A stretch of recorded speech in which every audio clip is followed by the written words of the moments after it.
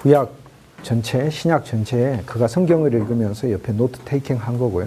이게 가장 기본적으로 그의 설교가 됩니다. 그런데 그가 성경에 이렇게 주예들을 읽을 때 이제 제가 정말 부분을 가져왔는데 그 부분에 무엇이 초점인지 이렇게 보시면 우리가 어떻게 무엇을 설교해야 되는지 알 수 있습니다.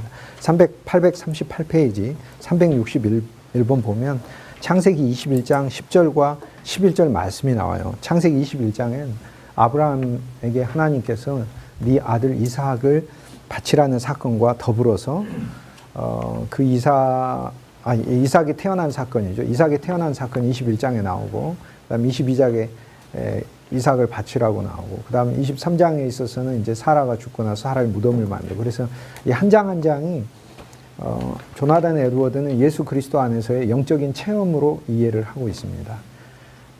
그리고 사실 성경이 그렇게 해석돼야 되죠. 그래서 창세기 21장에 이삭이 태어나고 이삭이 태어났을 때 하갈 애굽에서 데려온 여인 하갈이 이스마엘을 낳고 그 이삭을 핍박하죠. 그때 하나님께서 하갈과 이스마엘을 내어 쫓으라 라고 말씀하셨죠. 그리고 그 사건에 대해 얘기하는 겁니다. Wherefore 그러므로 she said unto Abraham 그녀가 아브라함에게 말하기를 cast out this bondwoman 노예가 된 여자와 이 노예와 her son 그녀의 아들을 내어 쫓으십시오.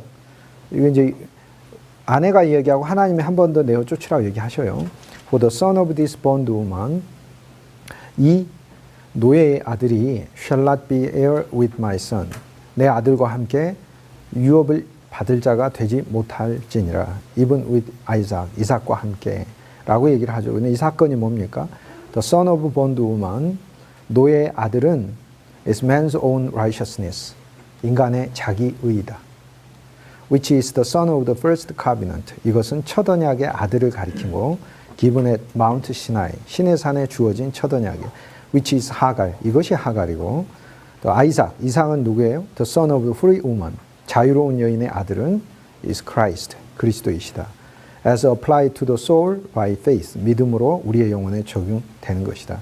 He is the child of promise 그리스도는 약속의 아들이시고 the son of free woman 자유로운 여인의 아들이시다. At least this is the part of signification.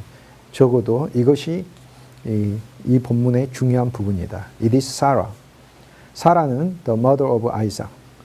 이삭의 어머니 사라는 that urges casting out. 권하죠. 내쫓으라고. A bondwoman. 노예를 내쫓으라고. 노예 여자를 내쫓으라고 얘기하죠. So it is the church. 그러므로 교회는 in its ministry and ordinances. 교회는 그의 사역과 ordinances. 여러 제도에 있어서 which is the mother of Christ. 그리스도의 어머니가 is in the soul of believers. 모든 신자들의 영혼에 있는데 that urges. 우리에게 요구하고 있어요. casting out. 내쫓으라고. our own legal righteousness. 우리 자신의 의를 내쫓으라고 얘기를 하고 있어요. 우리가 뭔가를 해서 그것 때문에 의롭다면 내쫓으세요. It is Christ. 오직 그리스도예요. That is the heir of the blessing of the covenant. 언약의 축복을 상속받는 자는 그리스도시요. It is by merits. 이것은 그분의 공로에 의해서만 받습니다. Only we have a might. 우리가 능력이 있거나 or title, 직위가 있거나 to those blessings. 그러한 축복들에 대하여 가지고 있는 그분의 공로에 의해서만 받습니다. We must cast out. 우리는 내쫓아야 합니다. Our own righteousness. 우리 자신의 의를 내쫓아야 됩니다. And not have any manner of regard to that. 그리고 어떤 방식으로든지 그것을 관심하지 않아야 하고 as if thou had a right. 그것이 권리를 가지고 있거나 내 자기가 권리가 있거나 또는 as if a right came by that. 그것에 의해서 내 자기에 의해서 권리가 온 것처럼 생각해서는 안 됩니다. The thing was very grievous in Abraham's sight. 에이브라함의 눈에 이것이 매우 슬퍼 보였지만 because of his son, 그의 아들 때문에요. This signifies, 이것이 의미하는 바는 how very hard and grievous, 얼마나 어려운지 그리고 얼마나 슬픈지 it seemed to persons, 사람들이 wholly to cast out, 내쫓는 것이 their own righteousness. 그들 자신의 의를 내쫓는 것이 얼마나 어려운가를 보여줍니다. The son of the legal covenant. 법적인 언약의 아들은 from Mount Sinai. 신의 산으로부터 율법의 아들, 율법의 언약의 아들이 왔고 because they are our own works. 우리 자신의 스스로 일 때문이고 our own offspring. 우리 자신의 스스로의 자손들이고 that are dear to teens. 그것이 우리에게 너무 중요하고 좋은 것 같이 여겨지지만 그것은 as 이스마엘이고 was to his father Abraham. 이스마엘이 아브라함에게 가졌던 그런 관계하고 같은 것이다 라고 얘기를 합니다. 자, 이 본문에서 조나단 에드워드가 이제 구약 성경을 펴고 창세기 21장에서 주목하는 건 어디에서 해석을 받아온 거죠? 갈라디아서 4장에서 바울이 얘기한 거죠. 이스마엘은 뭘 얘기합니까? 애굽에 가서 세상에서 얻어온 여자죠. 아브라함이 믿음의 사람인데 보았을 때 좋은 여자였겠죠. 그러니까 얻어왔겠죠. 그리고 자기 첩으로 삼은 첩의 위치까지 삼을 정도면 괜찮고 많이 배운 여자이고 뭐 함부로 하고 막 그렇게 보기는 어려웠겠죠. 그리고 더구나 아들까지 낳았죠. 그런데 이것은 하나님의 약속이 이스마엘에게 주어져 있지 않은 거죠. 그래서 하나님은 예수 그리스도를 통한 하나님의 구원과 영원한 생명과 그 축복은 하나님의 약속을 준 그 존재를 통해 우리에게 오는 것이지 내가 노력하여 벌어들인 것을 통해 오는 것이 아니라는 걸 보여주는 겁니다.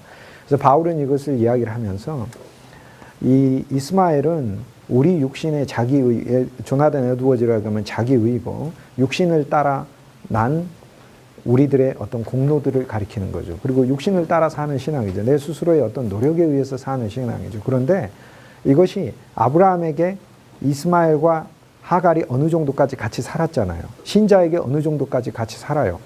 그런데 창세기 20장까지는 같이 살지 모르지만 창세기 21장에 참다운 예수 그리스도가 나의 온전한 구주가 되시기 위해서 그분만이 모든 유업을 상속하시고 내 안에 있는 나의 모든 것을 예수님이 다 가지시기 위해선, 소유하시기 위해선 이스마엘이 내어 쫓겨야 된다. 쉽게 얘기해서 육신의 아들은 영원한 생명과 구원을 어떤 것도 상속받을 수도 없고 줄 수도 없고요. 그의 아들이 왕국을 세울 수도 없어요. 그러니까 쉽게 얘기해서 내 노력과 내 개인의 힘과 내 육신이 만드는 어떤 일이 하나님의 영원한 왕국을 직접적으로 가져온다고 생각하지 마라 라고 얘기를 하는 거죠. 그래서 이제 그러한 부분에 그럼 갈라디아 4장에 우리는 뭐라고 얘기합니까? 우리는 성령을 따라 난 자다 이렇게 얘기해요. 갈라디아서에서 사라는 하나님의 은혜와 성령을 가리켜요. 은혜의 성령이에요.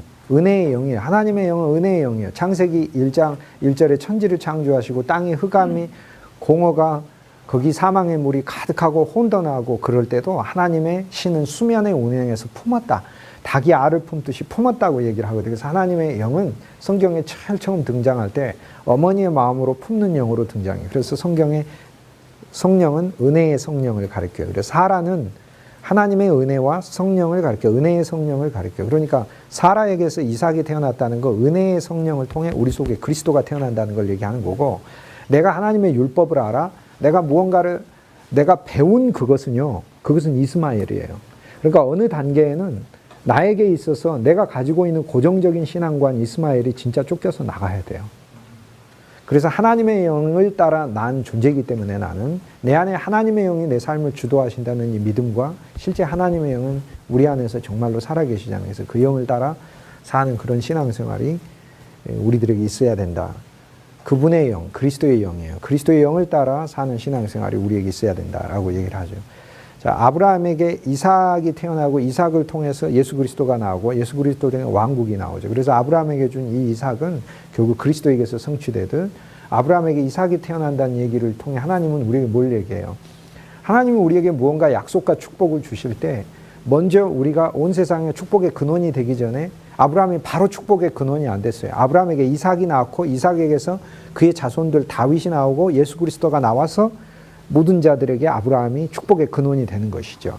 그래서 아브라함의 축복의 근원이 모든 자들을 위한 축복의 근원은 그리스도 안에서 예수님도 아브라함의 후손이기 때문에 그리스도 안에서 성취된다 이 말이에요. 자, 그렇다면 내가 하나님을 믿었어요. 이거 하나님만 믿는 신앙이죠. 그런데 나에게 이삭이 태어나야 한다 이 말이에요. 하나님이. 근데 이삭이 태어나는 건 내 노력으로 이스마엘이 태어난 것은 그 이스마엘일 뿐이고 하나님께서 내게 태어나게 하시는 그 이삭은 영원한 생명은 그분이 선물로 은혜로 주셔서 태어난 거죠. 그러니까 진짜로 우리 안에 태어나신 거예요. 실은 우리가 예수 믿었다는 사실은 이제 바울의 언어로 하자면 단순히 내가 예수님 믿는다 나의 의지적 행위가 아니라 정말 내 안에 이삭이 태어난 거다 말이에요. 그런데 이 이삭이 아브라함의 모든 것을 상속하듯 정말로 내 안에 계신 예수님은 나의 모든 것을 상속하셔야 되는 거죠. 내 슬픔도 상속, 저주도 상속, 내 기쁜 것도 상속, 내 인생을 그분이 상속하셔야 된다는 얘기죠, 이게. 그래서 그분이 마침내 내 인생의 왕국을, 하늘의 왕국을 세우시는 걸로 나가는 거예요. 그런데 이 일을 위해서 이삭이 사라에게 태어난 그 은혜를 가리키니까 하나님의 은혜를 누릴 때 우리 속에 예수 그리스도가 태어나시고 성장한다라는 걸 얘기하는 거지, 자기가 주님을 믿는데 어떤 공로가 있어서 이것을 통해 우리가 그리스도가 속에 태어나는 게 아니다. 그럼 뭐 철저하게 매일매일 우리는 자기 의를 내쫓는, 이스마엘을 내쫓는 삶이 매일매일 있어야 돼요. 그렇지 않으면 계속해서 이스마엘이 자라나면서 이스마엘은 누구를 핍박을 하죠? 이삭을 핍박을 하죠. 그러면 내 안에 내가 스스로 공로로 한 것은 누구를 핍박하겠습니까? 그리스도를 핍박하는 거죠. 그리스도를 핍박하는, 이삭을 핍박하니까. 우리 안에 그러니까 왜 예수 그리스도의 신앙이 성장하지 못하느냐? 자기의로 사니까 그런 거죠. 자기의로 사는 거 제가 쉽게 한번 예를 들어버릴게요. 이런 거에 예 들어요. 여러분이 한 주일 동안 하나님의 말씀 안에 되게 잘 살지 못한 것 같아요. 잘 살지 못한 것 같아가지고 교회 올 때 마음이 좀 불편하고 그래요. 이렇게. 그렇죠. 저도 그렇죠. 한 주일 동안 뭐 전도도 안 한 것 같고 성경도 안 본 것 같고 기도도 안 한 것 같고 그러고 그러면 교회 올 때 마음이 불편하죠. 그런데 그게 한 면에서 자기의예요. 교회 올 때 마음이 편해야 돼요. 왜냐하면 교회는 내가 뭔가 해서 보이는 곳이 아니고 이러한 가련한 죄인이 하나님 안에서 새로운 소망과 은혜를 발견하러 나오는 것이니까 자기 의의를 보고서 내가 뭐 내세울 게 없다 이렇게 오는 것 자체가, 그러면 무엇에 기대서면 예수의 피에 기대서, 하나님 내가 예수의 피에 기대서 오늘 주일 예배에 참석하여 나는 지성소까지 들어가기를 원합니다 라고 오는 거예요. 그러면 이걸 다시 바꿔볼까요? 그럼 한 주일 동안 내가 전도도 한 것 같고 사랑도 한 것 같고 누구하고 특별히 싸운 것도 없는 것 같고 그래요. 그래서 교회에 올 때 되게 마음이 즐겁고 편해. 누구에 기대서 온 거예요, 이게? 자기의. 그렇죠. 예수의 피에 기대서 오는 거. 우리는 예수의 피에. 그래서 어제 내가 누구 도운 것도 잊어먹고, 한 주일 동안 말씀 생활 잘한 것도 잊어먹고, 주일날 올 때는 예수의 피에 기대서 그리스도의 의만 내 의로 삼아 매일 사는 것이다. 그런 거예요. 이것이 매일매일 처리되지 않으면요, 집안에 쓰레기 치우는 거하고 똑같아요. 어느 날 못 치워요. 너무 많아가지고 치울 수가 없어요. 누군가 와서 치워야 돼요. 매일매일 자기 의의를 정리하지 않으면 우리의 의의는 쓰레기와 같아서 내 인생을 다 차지를 해버려서 못 나가요. 자, 우리가 육신으로 하는 생활 내쫓으라 이렇게 얘기하잖아요. 그래서 하나님의 영 안에서 하나님의 영이 나를 감동 감화시켜서 주도해 나가는 그런 생활로 가라라고 이제 이야기하는 거죠. 이것을 이제 성경에 이 창세기 21장에 대한 요약을 여기다가 해놓고, 이걸 제가 5년 전에 창세기 강의할 때 이 강의를 했어요. 이 강의를 21장에. 이 아브라함에게 이삭이 태어나는 거, 하나님을 믿어 우리 속에 그리스도가 태어나는 것이고, 우리 속에 그리스도가 태어나는 건 사라에게 태어나는 거, 은혜를 통해 그리스도가 태어나요. 성도 속에 예수님이 태어나기를 원하시나? 그러면 어떻게 해야 될까요? 뭐를 설교해야 돼요? 율법이요? 율법 설교하면 태어나기는 해, 아들이. 어떤 아들이 태어나죠? 이스마엘이 태어나요. 오히려 거꾸로 핍박해요, 그리스도를. 하나님의 은혜를 진짜, 하나님의 은혜라는 게 뭐예요? 가련한 죄인이 예수의 피로 구원받고 예수의 영원한 생명 안에 있고, 이 예수님이 내 인생을 돌보고 계시고 또 나를 하나님의 왕국을 위해 사용하신다는 그 놀라운 그분의 계획을 내가 받아들이는 거예요. 그뿐 아니라 예수님 안에 있는 하나님의 모든 충만이 내게 다 얻어져서 내 안에 하나님이 자라나신다는 것을 믿는 게, 이게 예수 믿는 것의 본질이거든요, 이게. 그러니까 이 21장의 신앙은 창세기에서 그래서 한 장 한 장 이렇게 되면서부터 그리스도 예수 안에 체험이에요. 창세기 12장은 아브라함이 하나님을 믿었다는 거예요. 쉽게 얘기해서 예수님을 믿은 거예요. 믿은 건데 아직 그 심령 안에 그리스도가 태어나시는 체험을 아직 못한 거죠. 실은 그리스도는 계셔요. 그래서 구약과 신약의 차이는 이삭이 나중에 마침내 태어나지만, 신약 안에서는 우리가 주 예수님을 영접할 때 모든 자들의 심령에 예수님이 계시는데 그 사람만 아직 태어나지 않은 것으로, 그 사람 마음에 안 태어나요. 그 사람 영에 있는 예수님만 계신 거지. 그러면서 모른 채 사는 거예요. 그래서 12장의 삶을 통해 기근이 오면 애굽에도 가고 그러면서, 그러나 다 하나님을 회복시켜주고, 거기서 한 장 더 나가면 13장에서 우리는 우리의 소유가 그리스도 안에서 많아져서 이제 롯이라는 관습적인 신앙에서 탈피하면서 내 자신이 스스로 하나님을 믿는 신앙. 그래서 롯을 나가게 해야 되는 것이고, 이스마엘하고 롯은 틀립니다. 롯은 옛날부터 믿어온 것을 가리키고, 이스마엘은 내 자신 안에서 길러 나오는 것을 얘기를 하는 거예요. 그걸 내보내는 거고, 그 롯으로 계속 가게 믿게 되면은 관습적 신앙에서 계속 믿게 되면은 소돔에 가가지고 소돔에 끌려가요, 세상에서. 그래서 그냥 부모가 가르쳐주는 신앙, 어렸을 때 예수 믿었으니 그 신앙 유지하면서 사는 정도면 세상에 끌려간다, 그 얘기입니다. 그게. 매 한 장마다 그리스도 예수를 새롭게 체험하는 거죠. 그래서 우리의 롯을 떠나보내는 그리스도. 창세기 14장에 보면 멜기세덱이신 그리스도를 만나죠. 우리를 구출하시고 소돔의 왕들과의 전쟁에서 롯처럼 끌려간 우리를 구출하시고 우리를 축복하시는 그리스도를 만나고 15장에서는 그리스도 안에서 새로운 비전을 보는 거죠. 아브라함아 밖에 나아가서 하늘의 별을 보라. 너의 자손이 이와 같으리라. 한 자손을 통해 하늘의 별처럼 많은 자손. 이제는 하나님 안에서 씨의 약속. 내게 영원한 씨가 오고 그분이 내게 땅을 주신다. 하나님 왕국 안에 땅을 주신다는 약속을 하는. 이걸 그리스도 안에서 그 씨이신 그리스도, 땅이신 그리스도를 만나는 것이죠. 이게 하나하나. 그러한 점에 대한 이해가 명백했어요. 우리가 그걸 보면 21장 8절에 그 밑에 138번 보도록 할게요. 조나단 에드워즈, Not on the Bible. 에드워드의 해석입니다. Abraham made a great feast the same day that Isaac was weaned. 이삭이 젖될 때에 아브라함이 큰 잔치를 배설했네요. 이게 무엇을 얘기할까요? This typifies. 이것이 무엇을 얘기하냐면 the winning of the church. 교회가 젖대는 것을 얘기해요. 무슨 젖을 떼야 돼요? Milk of carnal ordinances. 육체적인 규례들, 의식들, 섀도우, 그림자들, 베가리 엘레먼트, 너무 다 가련한 그런 요소들로 젖을 먹고 있다가 교회가 그런 젖을 떼고 하나님의 영적인 젖을 먹게 되는 것을 예표하고 있다. Upon the coming of Christ, 그리스도 예수가 오심으로 the church under the Old Testament, 옛 구약의 교회는 is represented being in its minority. 오히려 구약의 교회는 주변의 교회가 되는 것이고 Apostle tells us, 복음의 사도들은 우리들에게 말하기를 the babes, 베이비들이, 아기들이 must be fed with milk, 우유로 더 먹여지지만 not strong meat, 큰 강한 음식을 먹지 못한다고 바울이 이야기하고 있다. Christ, 그러므로 그리스도께서는 dealt with his disciples, 그의 제자들을 다루셔서 just as a tender mother, 부드러운 어머니처럼 다루셔서 thus with a child, 그녀의 아기를 다루는 어머니처럼 제자들을 다루시고 when she would wean it from the breast, 그녀가 가슴으로부터 젖을 뗄 때가 되듯이 이렇게 가르치신다. 이제 더 성장한 거죠. 단단한 것을 먹을 수 있는. There was a great feast provided. 그러므로 큰 연회가 배설되어 which represents glorious gospel feast. 이것은 영광스러운 복음의 잔치이고 provided for the souls.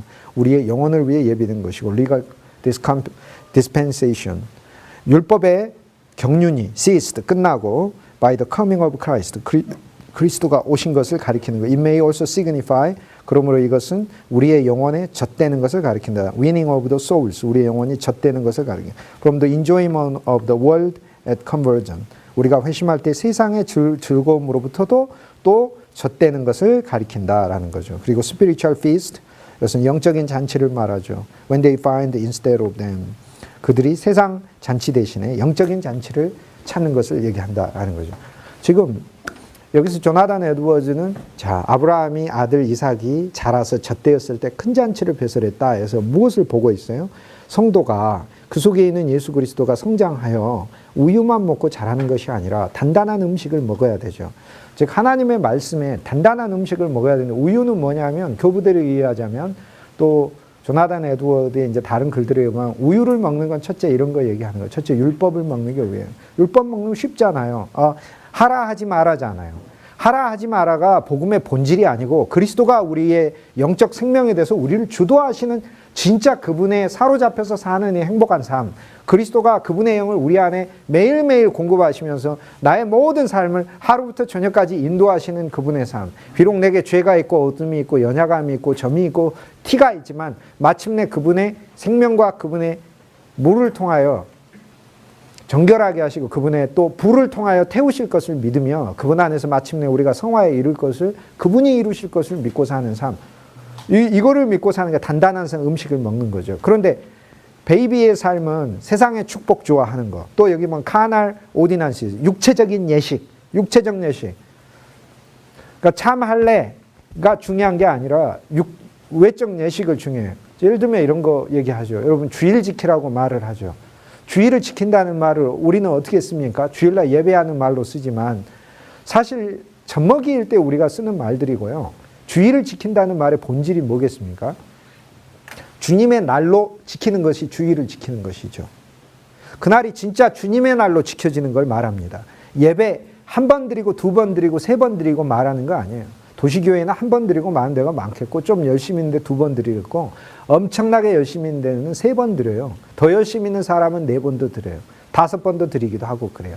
그러면은 다섯 번 예배 드린 사람이 한 번 예배 드린 사람 보고 당신은 주의를 온전히 안 지킨 겁니까? 이렇게 하는 이것이 외적인 예식으로 말하는 것이다 그 말이에요. 진짜 주의를 지킨다는 건 그 그리스도 안에서 내가 지켜지는 체험을 하는 것이 주의를 지키는 것을 말해요. 이 날이 온전히 주님의 날로서 내가 체험되는 게 주의를 지키는 거예요. 안식일을 지키는 게 뭐예요? 안식일을 지키는 11시 예배에 와가지고 12시까지 예배 드리고 가서 안식을 지키는 게 아니고 진짜 그리스도 예수를 만나 내 마음에 안식을 지켜가지고 가는 것이 안식일을 지켜가는 거예요. 하나님의 말씀을 들어서 성도가 안식을 발견하고 안식을 찾고 안식을 속에다가 지키고 나가는 것이 안식을 진짜 지키는 것이다 이 말이에요. 안식일을 지키는 거예요. 그러면 나는 어떤 성도를 원하냐? 11시 예배에 꼬박꼬박 오는 성도를 원합니까? 저는 사실 제가 나중에 하나님의 지금도 하나님의 일들에서 주님이 불러주셔서 여기저기 써주시기는 하지만 감사하게도 그러나 11시에 와서 물론 예배드리고 와서 하는 성도 감사하죠. 근데 저는 진짜로 제가 전하는 말씀을 통해서나 또 증거하는 것을 통해서 속에 안식을 발견하여 이 안식을 지키고 가는 성도가 진짜로 감사해요. 나는 그런 성도가 진짜 내게 안식일을 지켜주는 성도일 뿐이에요. 예배 횟수를 말하는 게 아니고. 그러니 얼마나 예를 들어서 저녁 예배까지 드리고 가는데 목회자가 기도하면서 저녁까지 주의를 온전히 지킬 수 있게 해주셔서 감사합니다. 얼마나 베이비 같은 소리. 목회자부터가 베이비 같은 소리인 거죠. 그럼 오전에 예배 드리고 간 성도들은 전부 다 절반밖에 못 지킨 셈이 돼버려요. 자기가 자기 입으로 성도들을 자기가 베이비이면서 다른 사람들을 오히려 베이비로 만들고 있는 어리석은 이야기가 나온 것이죠. 이게. 진짜로 원한다면 주님 우리 성도들이 오늘만 안식일이 아니라 내일도 그리스도의 안식 안에 지키는 안식을 지키는 날로 화요일도 안식일 지키는 날, 수요일도 이게 육체의 규례에서 벗어나 하나님의 영적 규례 안으로 들어가는 것을 말하는 것이다. 이거예요. 그리고 창세기에서 이삭이 자라 젖됐다라는 것을 보면서 우리는 뭐를 봐야 되는 거예요? 우리도 우리 안에 계신 그리스도의 형상이 성장하여 우리도 젖먹이에서 뗄 때 하나님은 우리로 하여금 큰 잔치를 배설해 주시는 것을 본다 이 얘기예요. 그래서 젖먹이의 신앙에 대해서 이제 우리가 단단한 음식을 먹는데 단단한 음식은 첫째 하나님의 은혜, 두 번째 그리스도의 비밀들을 가르쳐요.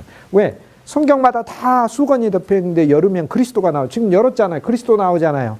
창세기에서 이삭이 태어났다. 열으니까 그리스도가 태어났다고 나오잖아요. 조나단 에드워드는 그 수건을 열어서 그 그리스도가 있다는 걸 보잖아요. 이삭을 지키고 이삭을 괴롭히는 이스마엘을 내쫓으라. 이거를 보고 열었잖아요. 수건을 열으니까 누구든지 수건을 벗으면 주께로 돌아가리라. 고린도후서 3장 16절. 수건을 벗기니까 주께로 돌아가는 거예요. 모든 게 주님께 돌아가는 메시지가 나오는 거예요. 수건을 벗겼더니 내 안에 있는 이스마엘을 내쫓아야 되겠구나. 내 노력으로. 내가 세상에서 배운 지식 가지고 교회에서 어느 정도 해보려고 해요. 어떤 사람 세상에서 법학 배우고 경제학 배우고 세상에서 좋은 학문 배우고 음악 배우고 컴퓨터 배우고 그냥 풀어놓는 게 아니에요. 그 이스마엘이에요. 그러면 그 사람은 뭘 해야 돼요? 그 사람 속에 이삭인 그리스도를 통하여 그 재주가 나와야 되는 거예요. 그냥 나오는 것도 아니고 처음엔 그냥 나오고 22장 가면 모리아 산을 거쳐서 그리스도 예수의 죽음의 표가 들어있는 죽음의 형상 또 이삭을 돌려받은 부활 생명의 형상이 들어있는 그러한 방식으로 사역하는 거예요. 그러니까 세상에서 얻어온 거 가지고 막 쓰는 거는 이건 이삭일 뿐이에요. 이삭일 뿐이에요. 그러니까 찬양을 해도 혼으로 하고 봉사를 해도 혼으로 하고 무슨 기술을 교회에서 발휘를 해도 자기 혼으로 하는 거예요. 혼은 결국에 무엇을 나타내는 자기 의만 드러내는 거거든요. 이런 베이비들로 가득 차 있는 데서 하나님의 말씀을 전하는 사람이 어떤 영적인 부분이 있어야 되는 거죠. 그 다음 단단한 음식은 더 깊게 이야기하면 무엇을 이야기하면 그리스도의 고난과 순환에 대한 메시지를 이야기합니다. 우리가 주와 함께 고난도 받아야 될 것이니라 라고 성경이 분명히 이야기하는데 우리는 40일 동안 고난 없게 달라고 기도를 하고 있으니 진짜 그렇지 않나요? 우리들의 많은 기도는 40일 동안 기도하면서 고난이 없게 해달라고 기도하지 않나요? 아니 우리가 40일 동안 기도하면 주님, 내 삶에 어떤 고난이 와도 그 고난 속에서 오히려 그리스도를 증거하게 하시고 그뿐만 아니라 한 발 더 나아가가 복음을 위하여 고난을 받는 자는 핍박을 받고 고난을 받는 자는 복이 있다고 했잖아요.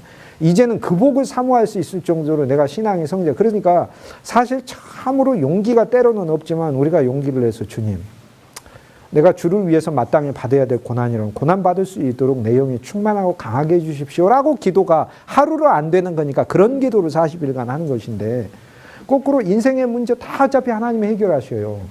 전도서에 보면요, 아무리 수고해도 헛되다 6번이나 1장에서 얘기해요.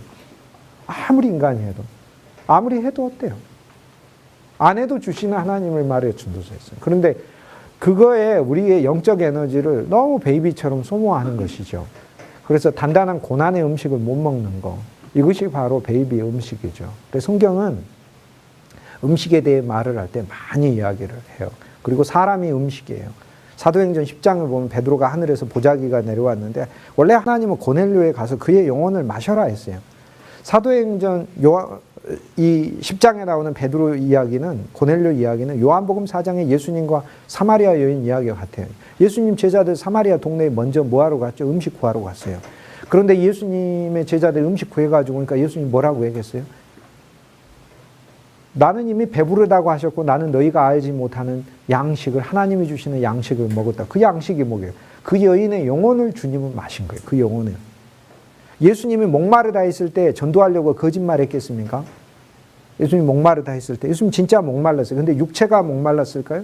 육체도 목마를 수 있었겠죠. 그런데 예수님이 진짜 목마른 게 뭐였겠어요? 그 영혼이 목마른 거예요. 예수님은 목마르면 영혼을 마셔야 해소되는 거고 사마리아 우물가에 있는 그 여인은 그리스도의 생명수를 마셔야 그 목마름이 해결돼요. 서로 목마른 거예요. 여기 목마른 구주하고 목마른 여인이 서로 만나서 거예요. 그 그리스도는 이 여인의 영혼을 마셔야, 예수님이 우리 영혼을 마셔야 예수님이 목마르지 않은 거죠. 마찬가지예요. 그래서 음식은 사람을 가리켜요. 사람. 고넬료를 먹으라 그랬더니 베드로가 뭐라고 해요? 아니, 고넬료를 하나님의 교회를 위한 음식, 우리가 다 음식이에요. 주의 음식들이에요. 우리가 주의 음식들입니다. 여러분, 예수님께서 보리떡 5개와 물고기 2마리를 가지고 5,000을 먹일 때 그 보리떡 5개와 물고기 2마리 속에서 나를 발견하지 않으면 나는 결코 모든 사람들에게 먹여지는 음식이 못 된다고 생각돼요. 예수님이 엄청난 고급 음식을 가지고 5,000명을 먹었다 하면 우리는 좀 자격이 부족할지도 몰라요. 난 고급 음식이 못 된. 그런데 보리떡 5개와 물고기 2마리, 바다에서 건져지는, 그리스도의 그물에 건져지는 그 존재를 가지고 예수님 먹이시는 거예요. 그걸 가지고 얼마나 감사한지. 그 안에서 나를 발견하지 못하면, 내가 하나님의 영적인 음식임을 발견하지 못하면 예수님만 음식이 아니고 우리도 음식인 거예요. 그런데 베드로가 못 먹겠다고 하니까 비전을 보여줘서 먹으라고 하시잖아요. 거룩하게 하셨다고. 그래서 영혼이 연약하면 남을 못 먹어요. 못 만나. 저러면 어떡할까 이렇게. 그래서 우리 영이 단단해져야 돼요. 진실로. 누구를 만나든지 내가 그 영혼을 오히려 거꾸로 그리스도의 복음과 생명 안에서 삼킬 수 있을 정도로 내 영이 강해져야 돼요. 많은 사람들이 마음 착하고 영이 약하니까 눌려가지고 이렇게 살아요. 그런데 이것은 스스로 강해지게 할 수가 없고 단단한 음식인 그리스도 예수를 먹어서 우리 스스로가 단단한 음식을 먹을 수 있게 돼요. 나중에 사람들을, 어떤 사람들이 와도 자기 이기심으로 한 사람, 별별 사람이 와도 그 영의 허탄함을 보고 그 영을 묶어서 할 수 있어요. 세상 부러워하지 않고 하나님의 사역을 할 수 있는 것을 가리켜요. 어쨌든 조나단 에드워즈의 노트 온 더 바이블은 우리말로 번역이 안 됐는데 이게 우리말로 번역되면 참 좋겠어요. 근데 번역 안 돼도 괜찮아요. 제가 2014년도에 창세기 강의에 이미 다 풀어놨어요. 심지어는 내쫓는 일도 주님이 우리 안에서 하셔요. 주님을 먹으면 주님이 언젠가 우리한테 말씀하셔요. 이제 네 자기 의의를 좀 내쫓으면 안 되겠냐? 라고 말씀하셔요. 이게 사라가 말씀하고 하나님이 말씀하는 이중을 가리켜요. 우리 속에 은혜가 생기면 사라가 이야기해요. 은혜가 얘기해요. 우리 속에. 자기 의로 하면 되겠니라고 해요. 그런데 하나님이 또 아브라함에 얘기해 주시잖아요. 내 아내 사라의 말을 들어라. 이렇게 얘기하며 하나님의 음성이 우리 속에, 우리와 함께하는 하나님의 은혜의 말씀을 들으라고 얘기를 해요. 그래서 우리는 마침내 쫓게 되는 거예요. 그런데 육신으로 하는 걸 내쫓고 내 안에 하나님의 영과 생명으로 하는 신앙으로 나아가는 게 너무 놀라운 것 같은, 거기서 끝이 아니잖아요. 거기서 그렇게 하게 되면은 21장에 보면은 이 놀라운 사건들이 생겨나요. 모든 사람들과 나는 화해할 수 있게 돼요. 우리는 21장, 22장을 지나면서요. 아비멜렉하고 우물을 두고 다퉜던 것을 오히려 화해하게 돼요. 우리가 왜 하나님의 교회 안에서 다툼이 있죠? 그리스도 예수 안으로 우리가 가지 않기 때문에. 그러니까 그 사람하고 나하고 직접 만나서 못 풀어요. 풀려고 하지 마세요. 그 사람도 그리스도께 가고 나도 그리스도께 갔을 때 풀려요, 저절로. 그래서 모든 문제들은 그리스도께 모두의 마음을 몰고 가면 저절로 그리스도 안에서 해결되는 것이죠. 22장에 가면은 우리는 그리스도의 십자가를 체험하는 신앙인 거죠. 이삭이 바쳐지듯 나의 모든 것을 하나님께 바쳐지는, 새로 받는 거죠. 그래서 그리스도가 이삭이 바쳐질 때 아브라함도 함께 바쳐져서 함께 살아났듯 그때 나도 그리스도와 함께 십자가에 바쳐지고 그리스도의 부활 안에서 함께 살아나는 이 체험 안에서 할 때 우리는 새로운 체험들을 하게 돼요. 새로운 체험을 하게 되는데 22장 맨 마지막에 보면 리브가를 하나님이 태어나게 하셨더라 하면서 우리를 위한 하나님의 사역의 측면에서는 우리를 위한 목장을 하나님이 준비하고 계신 걸 보여주고요. 우리 자신에게 있어서는 우리 자신이 그리스도의 신부로 나아가고 있다라는 걸 보여주는 거죠. 이것이 그리스도의 신부에 태어난 것이다. 신부로 태어난 것이다. 라고 이제 한 장 한 장 비밀스럽게 얘기를 하는 거죠. 그 다음 23장에 가면은 사라의 무덤이 있죠. 하나님의 은혜는 우리를 결국 어디로 인도하냐면 우리 옛사람이 그리스도와 함께 장사 지내는 막벨라 굴로 인도하는 거예요. 그 사람에게 있어서는 바울이 사망은 내게 역사하고 생명은 너희들에게 역사한다 얘기할. 내가 항상 예수의 죽음을 내 몸에 짊어진다 라고 바울이 고린도후서 4장에서 이야기를 했을 때 예수의 죽음을 내 몸에 짊어지면 예수의 생명이 내 육신을 통해 나타나게 하려 함이라. 이게 바로 창세기 23장의 막벨라 굴에 함께 묻히는 신앙이죠. 이제는 이삭이 하나님의 은혜를 체험하는 이삭의 아비 어머니 사라의 즉 은혜가 우리를 어디로 인도하냐 막벨라 굴로 인도하는 것을 보는 거죠. 우리는 한 면에서 진짜 23장을 체험할 필요가 있는 거죠. 그 구약에 있어서 아브라함이 아내의 죽음의 무덤을 위하여 이처럼 많은 준비를 했다는 건 우리에게 영적으로 주는 메시지가 있어요. 우리에게 온 하나님의 은혜는 계속해서 세대를 이어받는 은혜예요. 쉽게 얘기해서 사라가 죽으면 리브가가 사라의 텐트에 들어갑니다. 그 안에 그 집안의 모든 이 소위 안사람으로서의 역할을 리브가가 맡게 됩니다. 하나님이 주신 새로운 은혜가 또 준비되어 있다는 것을 가르쳐요. 어느 한 시대의 은혜가 끝나면 또 다른 시대의 은혜가 우리를 위해 준비되어 있어요. 하나님 우리에게 보내시는 은혜가. 그런데 한 시대의 은혜는 결국 우리를 어디로 이끌고 가야 하냐 하면 막벨라 굴로 이끌고 가야 된다. 이게 한 장 한 장이 영적인 성숙을 가리켜요. 계속해서. 그래서 이삭이 되면 이삭 안에서 누리는 그리스도는 모든 우물들을 파는 그리스도예요. 어떠한 환경에 갇혀도 뺏겨도 그리스도의 생명의 우물을 파서 기쁨으로 충만한 것이에요. 그 르호봇의 우물도 파는 거고 무슨 우물이 와도 다툼의 우물이 와도 파는 거고 어떤 우물이 와도 파는 거예요. 거기서 더 나아가면 우리는 환난 중에 기뻐하는 신앙만 갖는 게 아니에요. 환난 중에 우리는 기쁨만 가질 뿐 아니라 인내하고 단련되는 야곱의 신앙을 갖고 소망을 가져요. 결국에 환난은 소망을 갖는데 야곱이 가졌던 소망은 뭐예요? 장자의 복을 받는 신앙이잖아요. 장자가 누구? 우주적 장자 예수 그리스도지. 그리스도 예수로 온전히 조성되는 믿음을 갖는 거예요. 그게 야곱의 꿈이었어요. 근데 그 꿈은 우리가 생각하는 수준하고 하나님이 생각하는 수준이 다르다는 거죠. 장자권이 얼마나 엄청난 거예요. 재산도 3분의 1을 갖는다니까 75%. 그다음 가정제사장이 되죠. 말씀의 모든 것을 다 인도한. 여러분 설교하실 때 장자권이 무엇인가에 대해 명료하게 말씀해 주지 않으면 아무 교인들이 장자권이 뭔가 이렇게 돼요. 장자권이 그렇게 놀라운 거예요. 장자가 되면 아버지 재산의 75%를 가져요. 75%. 가정제사장이 되는 거예요. 가정의 리더가 되는 거예요. 그러니까 가정 선지자가 돼요. 제사장은 하나님께 제사를 드리는 대표 제사장이 되는 거예요. 아브라함 제사 드렸죠. 창세기 15장. 5개 제사나 드렸잖아요. 양과 염소와 송아지와 집비둘기와 산비둘기로 제사를 5번이나 드린다고요. 제사장, 그 다음 선지자 역할도 하는 거예요. 선지자 역할도 하나님의 말씀 모르는 자에 가르치고 가정의 영적 지도자가 되는 거예요. 그러니까 물질적으로 재산 75%만 가. 그런데 더 중요한 게 있죠. 언약의 씨가 태어난다는 그 주인공이 되죠. 이삭에게서 나오지 않고 야곱에게서 그리스도가 나오니까 진짜 놀라운 장자의 축복을 받는 것이죠. 이것이. 그런데 세상에 이 놀라운 복을 팥죽 한 그릇으로 산다면 이것은 사기 거래에 해당되는 거 아니에요. 어떻게 팥죽 한 그릇으로 살려고 했던 야곱의 생각도 웃긴 거고 팥죽 한 그릇을 받고 팔아버리는 에서도 웃긴 거죠. 근데 하나님은 둘 다 사기성이 있는데 한쪽은 장자권을 경홀히 여겨서 팔아버렸으니까 에서가 영을 상실해 영을 죽을 망자를 써서 망령 육신에 완전히 사로잡힌 자가 돼서 세상 것만 바라보고 믿는 자예요. 에서는 이삭의 아들이라는 얘기, 이삭은 그리스도라 불신자를 가리키는 게 아니고 신자예요. 그런데 그리스도의 영과 생명엔 아무 관심이 없고 믿는 게 가나안 땅이 아니라 그 주변에 있는 자기의 붉은 산, 높아지는 거, 여기에 관심이 있는 거예요. 자기. 창세기 36장 6절에 자기 소유 많아지고 자기 땅 차져 이런 거에 관심이 있는 사람이에요. 그런데 야곱의 죄도 그렇게 큰 장자권을 팥죽 한 그릇으로 살려고 하는 사기죄가 있는데 그러나 이것은 비교가 안 되는 죄. 왜? 이것은 장자권을 무시한 죄가 아니라 장자권을 갖고 싶었는데 이것을 너무 쉽게 살려고 했던 잘못이 있었으니까. 그런데 장자권을 팥죽 한 그릇 산 게 아니라 20년에 가까운 인생의 거대한 수련을 통해서 하나님은 그가 진짜 장자와 같은 모습이 되게 하셨어요. 영적으로 단련시키고 그의 재산도 아버지와 형이 주기 전에 이미 많아지게 하셔서 진짜 장자로 오히려 형이 동생한테 재산을 줘야 되는데 형 에서가 나왔을 때 거꾸로 400마리나 되는 가축을 오히려 주는 거예요.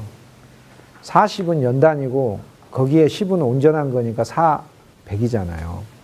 연단받은 속에 있는 영적인 그리스도의 복을 형을 만났을 때 참으로 미운 형이지만 자기를 죽이려고 했고 힘들게 했지만 근데 미운 게 아니죠. 감사한 거죠. 왜? 그 형 때문에 자기는 그 여행을 가서 결혼도 하고 자녀도 낳고 또 하나님의 이상도 보고 비전도 보고 그걸 미워할 이유가 없는 거죠. 그래서 오히려 주는 거죠. 그 그리스도 예수를 많이 누려 내 속에 양이 많아져서 내가 누군가를 만났을 때 그 사람에게 그리스도를 주는 수밖에 없어요. 안 그러면 내가 미움을 줄 수밖에 없잖아요. 원망을 주고. 그러니까 미움과 원망은 저절로 줄 수밖에 없어요. 그런데 우리 안에 그리스도가 많아지는 방법 외에는 방법이 없어요. 그러므로 우리는 주여 주님을 우리에게 더 허락해 주옵소서. 주님을 우리에게 더 부어 주옵소서. 그러니까 그 그리스도가 우리한테 더 부어지면 그 그리스도의 은혜를 통해 우리가 더 남들을 용서할 수 있다라고 이해가 되는 것이죠.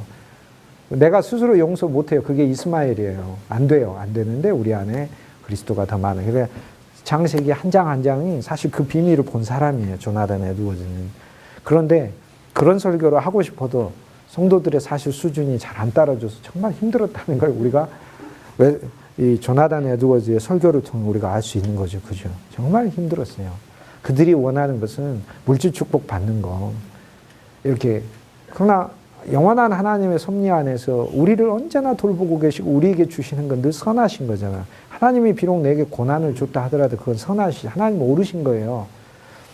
하나님은 내가 승진해야만 오른 게 아니고요. 내가 승진을 못해도 오른 거예요. 실은. 하나님은 오르신 거예요. 언제나 하나님 틀린 게 아니고 항상 하나님과 나와의 관계에서 하나님은 오르신 거예요. 제일 이 가슴 아픈 이야기들이 이제 그리스도인에게 있는 이별들이죠. 많이 있잖아요. 육신의 어떤 이별들. 특히 자녀의 이별은 말할 수가 없는 거죠. 마틴 루터가 자녀가 6이 있었는데 그 중에 2이 세상을 일찍 떠나거든요. 떠나는데 마가렛이라는 딸이 이제 14살 정도, 12살 정도 됐을 때 이제 세상을 떠나요. 근데 그 딸이 너무 아파요. 루터가 매일 하나님 앞에 기도를 해요. 하나님 내 딸을 낫게 해주옵소서. 그 기도를 하다가 딸의 증세가 정말 심해져요. 그러자 루터가 마음에 이제 각오를 합니다. 그래서 하나님, 내 딸을 하나님이 부르시는 게 하나님의 뜻이면 내가 순종하겠습니다. 무엇을 하든 하나님이 옳습니다라고 고백을 해요. 그리고는 자기 딸 마가렛한테 와가지고 뭐라고 얘기하냐면 겨우 호흡을 이렇게 쉬고 있는 그 마가렛아, 아버지 엄마랑 너무 행복하게 잘 지냈고 하나님이 너를 나에게 줘서 난 너무나 감사했다. 그런데 마가렛아 있잖아. 너 엄마 아버지하고 너도 참 행복했지. 그런데 엄마 아버지보다 더 행복한 영원한 하나님의 품이 있단다. 너 그곳에 갈 준비가 돼야 돼. 하나님이 너를 영접해 주실 거야. 아무 염려하지 마라. 이렇게 얘기를 해요. 그렇게 하는데 그 얘기할 때 부인은 옆에 서서 울고 있고 그리고 루터는 그 얘기를 하고 그리고 그 다음 날인가 그날 밤인가 세상을 떠나요.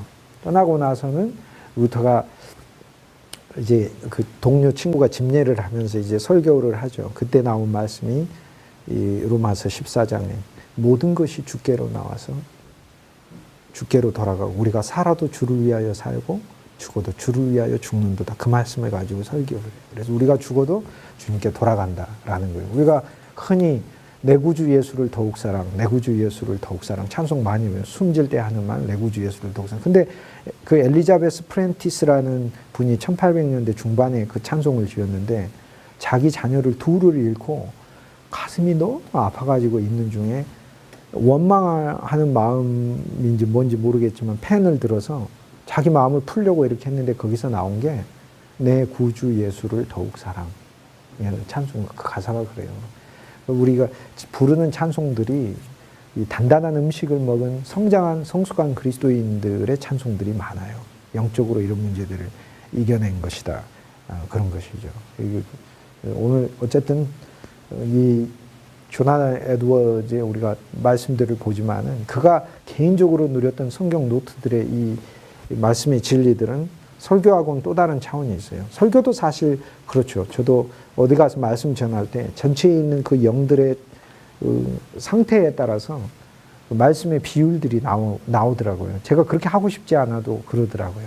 아마 여러분도 동일한 체험을 하실 거예요. 하나님 말씀 전할 때 우리 속에 내주하시는 그리스도 예수가 전하신다는 그 믿음 안에서 전하면 거기 앞에 앉아있는 회중들의 영적 상태에 따라 내 말씀을 그리스도가 통제하셔요.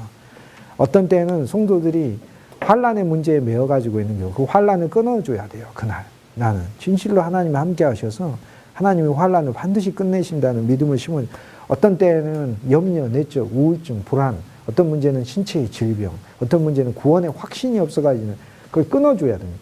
그래서 성도의 전체적인 영적 수준이 내 안에 계시는 그리스도가 나를 말씀 전하러 세워서 그들과 어떤 영적 교통이 이루어져서 나를 통해 나오는 말씀들이 그때 살아있는 레마가 돼서 이렇게 흘러가는 것이죠. 그러나 핵심은 그리스도죠. 그리스도. 이 모든 일이 그리스도를 향하고 그것을 하시는 분도 그리스도예요. 얼마나 감사해요. 아직 우리에게 연약함이 있고 부족함이 있지만 주님이 열심히 일하셔서 우리를 그 수준까지 가게 하신다고 하시니까 되게 감사한 것이죠. 그냥 하나님을 믿는 그런 차원이 아니고 유대인이 아니에요. 하나님을 믿으세요 했으면 아브라함처럼 창세기 12장인 거예요. 이제 12장이 아니라 21장. 이삭이 태어나는 거예요. 그리스도를 믿는 거죠. 그리스도를 믿는다는 건 그리스도의 그분 안에 일어난 모든 사건이 나를 위한 것임을 믿는 거죠. 나를 위해 태어나셨고 나를 위해 죽으셨고 나를 덮어서 살아나신 것이고 그리고 지금 내게 강림되어 내려와 계시는 것이죠. 지금 내 안에 그리스도의 영이 있는 것이죠. 그리스도를 믿는 건 그리스도 그분하고 내가 뒤바뀐 것을 말하는 거고 이제 나의 삶의 모든 과정과 진행은 그리스도가 주장하시는 거고 내 삶의 목표와 비전도 그리스도인 거예요. 이거는 그 부르심을 받은 모든 성도에게 해당되고 또 부르심을 한 번 더 받아 사역으로 부르심 받은 사람이나 사역에서 부르심을 받아 또 한 번 부르심을 받아서 여러분은 지금 공부로 부르심을 받았고 공부에서 부르심을 받아 호소에서 3중의 부르심 가운데 살고 있는 중에 김동주 교수 수업으로 한 번 더 부르심을 받아가지고 여러분이 4중의 부르심을 받아가지고 이게 있게 됐는데 왜냐하면 제 수업은 그리스도거든요. 그리스도예요. 한번 가슴에 손을 얹고 생각을 해보세요. 제 수업에서 다른 생각이 아니라 오늘 마음이 중요시 됐는데 가슴에 손을 얹고 여러분이 제 수업에서 들은 그리스도라는 말에 회수하고 여러분이 인생에서 일생 동안 예수 믿으면서 들었던 그리스도라는 말을 회수하고 어떤 게 더 많은가 한번 생각해 보세요. 솔직하게. 진실로. 한번 여러분이 설교하는 설교를 녹음하셔서 한번 들어보세요. 나는 얼마나 그리스도를 말을 하는지 스스로 한번 들어보세요. 그리고 예수님을 내가 얼마나 내 마음이 무시하는지를 한번 알으셔야 돼요. 내가 얼마나 예수님을 무시하는지. 예수님 무시한다는 게 2000년 전 예수님이 이런 일을 했다 정도만 말하는 게 아니라 지금 그분이 살아서 우리를 통해 그 일을 하셔야 한다는 걸 말해요. 성경에 말하는 많은 선행은 그리스도가 우리를 주관하셔서 하시는 선행을 말해요. 그리스도는 그분이 우리를 주관하셔서 하셔야 해요. 내 자신을 나를 내어드릴 그 과정에서 우리는 마음을 굴복하여 내 마음을 낮추는 거 예수님께 왜 예수님께 우리가 고집을 부리는지 저는 이것이 우리 본성적이라는 것을 저는 깨달았어요. 주님이 주신 빛이 너무 많고 주님이 주신 그분의 영적 생명이 너무나 강력하고 주님이 제게 주신 그분의 부요함과 풍성함이 정말 말할 수 없는데 동시에 정말로 제 자신 주님께 저항하고 그리스도를 싫어하고 그리스도를 별로 원치 않는 것을 깨달아요. 제 마음 안에서. 야, 이런 정도로 나라는 존재는 사실 주님을 정말 무시하거나 주님을 별로 필요로 하지 않는 게 내 타고난 본질이구나라는 걸 깨달아요. 그래서 이제 우리 모두가 이제 그러한 면에서 그리스도를 믿는 거죠. 그런데 우리 마음을 그리스도께 더 드리고 그리스도께 더 가져가고 그 그리스도와 함께 연합되었으니까 주님과 함께 모든 일들이 그분과 함께 일어나는 일이라는 그 믿음 안에서 살 때 얼마나 감사한지 몰라요. 모든 일들이. 이 페이지에서 사람이 사용하는 방법들이 나오는데 사람이 사용하는 방법들 중에 이 많은 방법들이 육체로 하는 것이고 심지어는 하나님이 명령한 적도 없는 걸 가지고 인간이 계속해서 회복받아 보려고 한다는 거죠. 그러므로 이러한 방식의 회복은 실제 영적 회복을 못 만든다 그 얘기입니다. 그러므로 이것이 고해성사 성지순례 금식해도 회복 안 돼요. 그런 걸로 회복되는 거 아니에요. 금욕도 회복이 안 돼요. 정해진 횟수마다 길이와 횟수를 정하여 기도문을 되풀이하여 외운다고 되는 거 아니에요. 영적 회복이. 영적 회복이 되는 법에 대하여 이야기하는 것은 우리 안에 죄를 죽이는 것인데 죄는 당분간 뭘로 제가 생각을 하고 그랬죠? 불신. 불신을 죽여야 회복이 되죠. 그리고 불신을 죽여야 되는데 내가 하나님을 믿는 것 같지만 하나님은 믿지만 그리스도는 안 믿는 거죠. 그리스도가 일하시고 그리스도의 나의 모든 것이 되시고 그리스도가 나와 연합하셨고 지금 내가 사는 것이 아니라 그리스도가 산다는 사실을 믿어야 하는 거죠. 그걸 안 믿어요. 그거를. 진짜 곰곰이 생각해. 그거 믿나? 그 믿나 진짜로 집에 가셔가지고 주무시기 전에 한번 생각해 보세요. 내가 사는 것이 아니라 그리스도가 산다고 바울이 가르쳐 줬잖아요. 왜냐하면 우리가 십자가에서 죽었기 때문이라고 얘기를 하잖아요. 그 그리스도의 십자가는 예수님만 죽은 십자가로 만들었는가? 아니면 내가 그리스도와 함께 진짜 죽었다는 주님의 일으키신 사실을 내가 수용하고 사는가 하거든요. 진짜 내가 그리스도와 함께 죽었구나. 그리스도와 함께 죽었고 내 안에 그리스도가 사시는구나. 이것이 내 인생이구나. 이거는 내 노력이 아니라 주님이 나한테 일으켜 주신 선물이구나. 그런데 매일 아침에 사탄은 찾아와서 예수님만 혼자 죽었고 너는 안 죽었다고 계속 가르쳐 주죠. 계속 가르쳐 주죠. 그 다음에 나 자신도 그렇게 생각이 들죠. 보면 예수님만 혼자 죽은 것 같고 나는 안 죽은 것 같아요. 그러면 여기서 우리가 순종하는 영과 불순종하는 영이 있는데 순종하는 영은요. 주님이 죽었다고 하면 죽었다는 판단을 받아들이는 거예요. 매일. 그런데 불순종하는 영은 주님이 죽었다고 하는데도 사탄이 와서 안 죽었다고 하는 사탄의 생각을 받아들이는 거예요. 그냥. 우리는 누구의 판단을 받아들여야 되는? 그리스도의 판단을 받아야 되잖아. 우리는 그리스도께서 우리에게 주신 이 판단을 일으키신 판단을 받아들이는 것이죠. 그냥. 그러니까 매일매일 내 판단을 의뢰하려고 하지 마세요. 왜냐하면 내 판단을 의뢰할 때 내가 안 죽은 것 같이 느껴지는 것은 자기의 때문에 그래요. 자기가 자기 자신을 보니까. 그러니까 우리가 믿음을 통하여 회복이 된다라고 말을 할 때 진짜로 믿음을 통해 회복이 돼요. 믿음을 통해. 진짜 그리스도 그분 안에서 내가 죽었고 이제 내 안에 사시는 그리스도라고 얘기를 하는 거죠.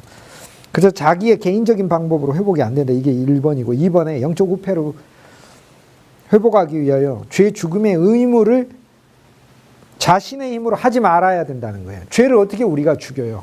죄 못 죽여요. 여러분이 작은 죄 하나 죽일 수 있는데 정말 큰 죄들 못 죽여요. 로마서 1장에 보면 죄 리스트가 20가지가 나와요.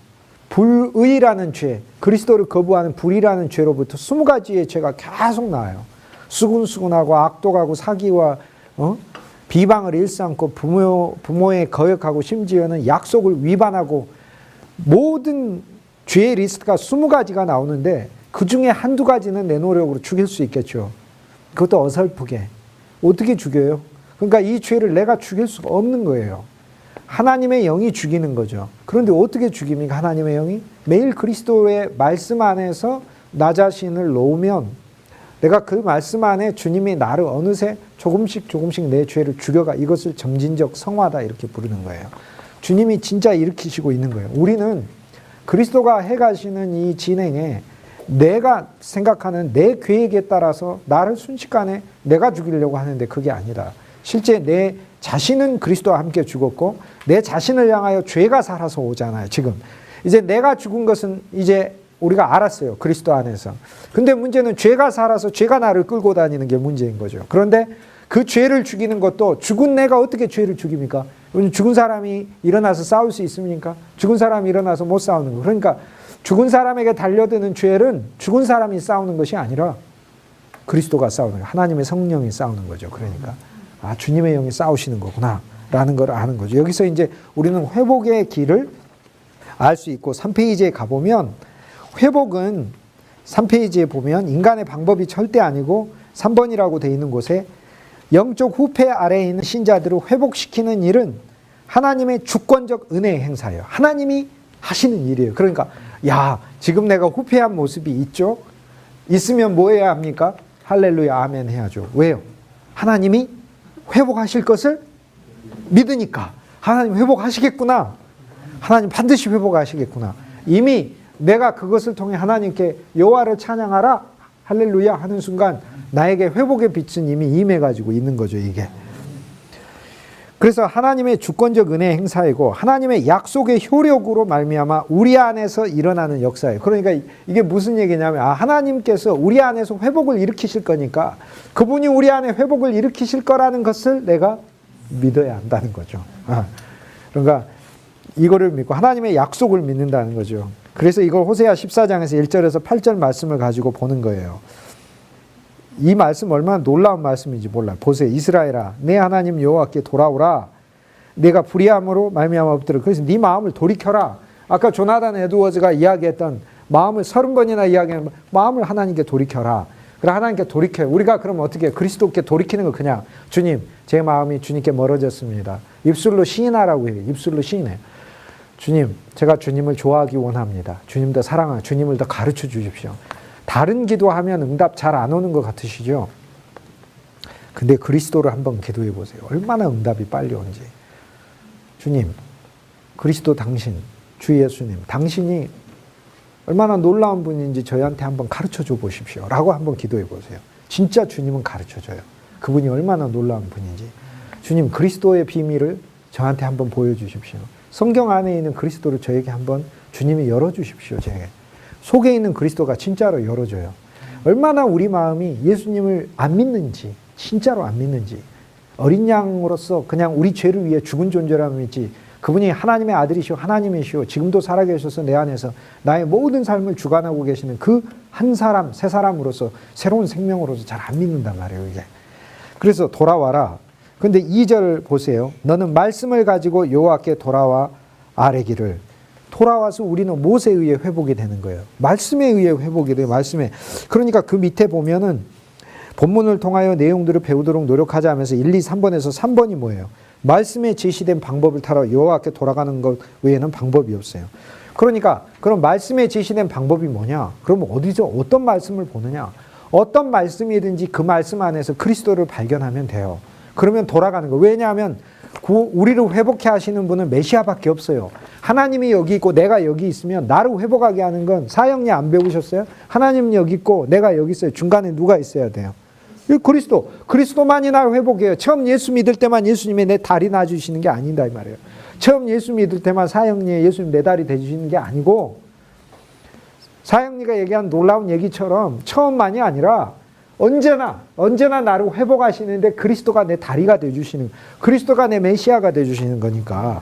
그러니까 말씀에 제시된 방법이라는 거, 말씀 안에서 그리스도를 조금씩, 성도들이 영적으로 후패했나요? 그러면 그리스도를 조금씩 먹이세요. 말씀 안에 있는 예수님이 얼마나 놀라운 분인가. 예수님이 이미 우리 삶에 와 있고 예수님이 우리의 삶과 같이 하고 계시고 모든 것을 만지고 계시고 우리 삶에 믿음이 없어도 믿음까지 그분이 주고 계시는 분이시라는 거. 진실로. 그럼에도 불구하고 믿음 없는 우리들조차도 매일 보호하시고 믿음 없어도 세상 오래 살게 해주시고 그러시던데 건강하게도 해주시고 먹고 살게도 해주시고 얼마나 감사해요.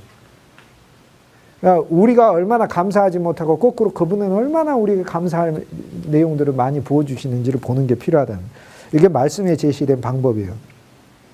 그리고 여호와께로 돌아와서 아래 길을 예수님이 하나님께서 오죽하면은 우리에게 기도까지 가르쳐 주셨겠어요. 이렇게 회복의 방법이 쉬워요. 기도하라가 아니에요. 뭘 기도할지 모르잖아요. 그러니까 기도할 방법을 가르쳐 줘서 뭐라고요? 모든 불의를 제거하시고 선한 바를 받으소서라는 거예요. 여호와께서 지금 우리 보고 뭐라고 얘기합니까? 모든 불의를 제거하고 오라 그러라 그렇게 말씀하십니까? 아니면 모든 불의를 제거해 달라고 기도하라고 얘기합니까? 그러니까 달라고 기도하라고 얘기를 하는 거예요. 모든 불의를 니들이 제거하고 오라가 아니고 모든 불의를 여호와가 우리에게서 제거하여 주옵소서. 그러면 지금 불의가 있어도 우린 여호와께 가는 것이죠. 그러면서 이 기도를 할 때 이미 회복이 있는 것이다 이 말이죠. 그리고 선한 바를 받으시오. 우리에게 있는 선은 하나도 없잖아요. 그러나 우리에게 있는 진짜 선이 하나가 있다고 아까 얘기를 했는데 그리스도 예수죠. 그것만이 선이죠. 그러므로 우리에게 있는 선한 바를 받으십시오는 나는 공로 없으나 예수 공로 있으니 예수의 공로를 보시고 나를 받으십시오. 이렇게 되는 거죠. 우리가 숫송아지를 대신하여 입술의 열매를 드린 물질적 숫송아지가 아니라 영원한 숫송아지, 참 숫송아지이신 그리스도 예수를 제물로 드려 우리 입술의 열매로 찬양과 감사와 회개와 주님께 돌이키는 회개와 그리고 주께 간구하는 바로 열매를 우리 입술에 맺게 하겠습니다라고 우리 보고 그렇게 기도하라고 하나님이 기도까지 가르쳐주고 계신 여기에 진짜 놀라운 얘기예요. 우리 보고 그냥 기도하라고 얘기한 게 아니라 기도를 가르쳐주고 계시니까요. 3페이지에 4번에 보면 그래서 하나님이 뭐라고 얘기해요. 3절에 우리가 아수르의 구원을 의지하지 아니하며 말을 타지 아니하며 다시는 우리 손으로 만든 것을 향하여 우리의 신이라 말하지 않겠사오니 라고 기도하라 라고 할지니라 이렇게 되어 있죠. 주여 우리가 핫수르에 의지하지 않겠나이다. 세상 의지하지 않고 내가 보이는 물질을 의지하지 않고 또 인간적인 방법 의지하지 않겠나이다. 우리가 만든 것들을 우리가 신으로 숭배하지 않겠나이다. 내 자신도 신으로 숭배하지 않겠나이다. 라고 얘기하고 4절에 보면 내가 그들의 반역을 고치고 여호와께서 얘기하잖아요. 이제 고치고 여호와가 고치시고 여호와가 기쁘게 하시고 내가 그들을 사랑하리라 이렇게 얘기하는 거예요. 자, 그러니까 회복의 길이 나한테 있습니까? 없어요. 여호와가 하시는 일이다. 이것을 믿고 여호와께 나아가라 라고 하는 것이죠. 그러므로 4페이지 가면 열매 맺는 신앙에 대하여 딱 얘기하잖아요. 우리가 받는 모든 은혜의 공급은 예수 그리스도로부터 온다. 우리 편에서 예수 그리스도의 영적인 힘과 은혜의 공급을 받는 유일한 길은 믿음뿐이다 라는 거예요. 무슨 말이에요? 주님이 반드시 회복하실 것이다 라는 그 믿음. 근데 엄밀히 이야기하면 존 오웬이 여기서 믿음뿐이다 그랬는데 믿음만 있지 않아요. 우리에게는 하나님의 은혜가 살아서 움직여요.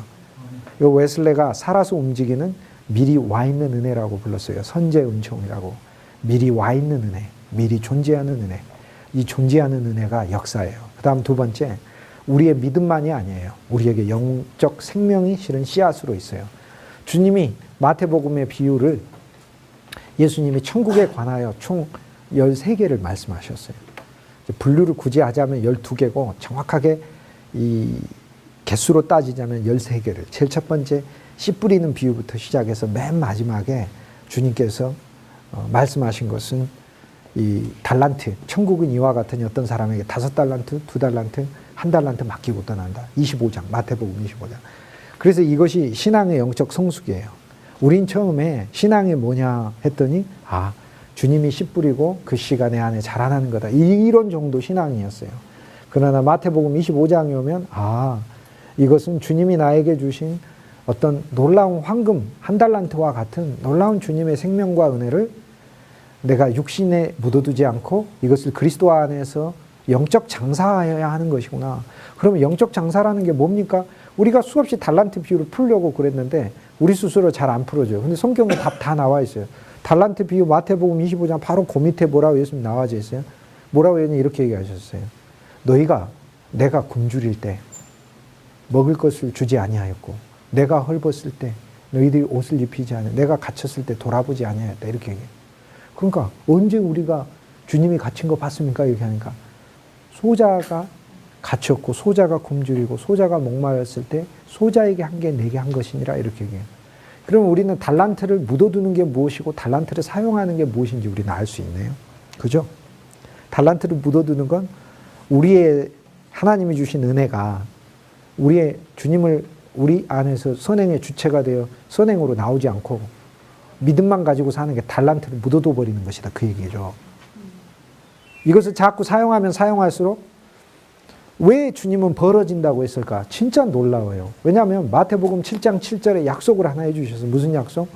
이 약속 해주셨잖아요. 누구든지 네가 남에게 대접을 받고자 하는 대로 남을 대접하라. 이것이 율법과 선지자니라. 율법과 선지자를 이룬 거 예수님이 사실 한 단어로 얘기해 주셨어요. 우리가 대접받고 싶은 부분이 있으면 그렇게 내가 존경받고 싶냐? 먼저 존경해라. 사랑받고 싶냐? 먼저 사랑해라. 저 사람이 겸손한 거 보고 싶냐? 교만한 사람한테? 그러면 네가 먼저 겸손이 무엇인지 보여라. 라고 주님 얘기해요. 그러면 반드시 주님은 이것이 다시 되돌아오는 것을 그 사람이 아니면 다른 사람을 통해서라도 주님은 오게 하신다는 것. 그 사람이 안 갚으면 그리스도라도 갚겠다고 거기서 약속해 주셨잖아요.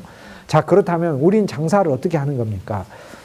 선행을 베풀었는데 이 선행을 통해 나는 또 다른 하나님의 선행의 대상이 되는 거예요. 나 역시 도움받아야 될 필요가 있잖아요. 나라고 도움 안 받습니까? 나라고 지지를 안 받아야 되나요?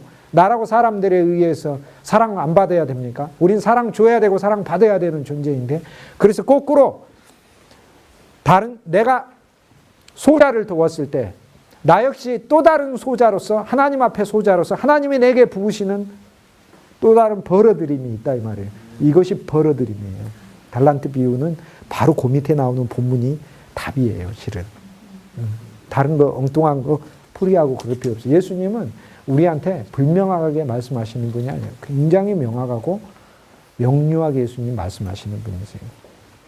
그러므로 처음에는 씨가 심어진다 이런 정도로 우리가 생각했는데 그게 아니에요. 나중에는 심어진 씨가 모든 일을 유익하게 하는, 야, 그런 놀라운 달란트로 바뀌는구나. 야, 이게 엄청나구나. 그 씨 하나의 가치가 참 공짜로 뿌려진 씨 하나의 가치가 내 안에서는 금 한 달란트 정도 될 정도의 상상할 수 없는 영적 가치로 바뀌어 있는 것이 신앙이구나라고 이렇게 예수님은 이 전체 비유의 과정을 통해 가지고 말씀해 주고 있는 거예요. 이거를. 이게 신앙의 영적 성숙이죠. 그럼 우리 안에 이제 영적 생명이 있어요. 그러나 우리 차원에게 있어서 필요한 것은 하나님의 은혜의 공급을 받는 우리 차원의 길은 믿음이죠. 왜냐하면 하나님 차원에서 우리에게 은혜와 생명을 주시는 거, 하나님 우리에게 주시는 거. 우리가 하나님께 우리 차원에서 보여드릴 수 있는 것은 하나님 나는 이것을 반드시 믿습니다. 라는 거죠. 내 삶이 여전히 불행하고 부족한 부분이 있다. 그러면 진짜 믿음을 적용해야죠. 하나님이 내게 축복하실 것이고 하나님이 내게 그리스도를 부으실 것이고 내 인격이 부족한 부분이 있다. 그러면 하나님 반드시 내 인격에 그리스도의 부분을 더해 주실 것이고 내 사역에 불충분한 부분이 있다. 그러면 그분이 반드시 내 사역에 불충분한 부분을 메꿔주시. 이것이 믿음인 것이지. 그러니까 믿음을 얘기하는. 그리고 이 믿음은 뭔 얘기예요? 3번. 이게 제일 중요해요. 오늘 발표했던 것 중에. 이 믿음은 그리스도의 인격, 그리스도의 은혜, 그리스도의 중보, 그리스도의 효과, 그리스도의 영광을 침해하지 않는다. 무슨 얘기예요? 이것이 드러나게 하는 것이다 라는 거죠. 침해하지 않는다. 방해하지 않는다. 그분의 인격이 나타나게 하고 그분의 은혜가, 그분의 중보하심, 그분의 효력, 그분의 영광, 그리고 그리스도의 영광을 그의 인격과 은혜와 직분 안에서 믿음을 통하여 꾸준히 바라보라. 제가 이 말을 한번 풀이를 해드릴게요. 이게 무슨 말인지. 이걸 한번 풀이를 하셔야 하는데요.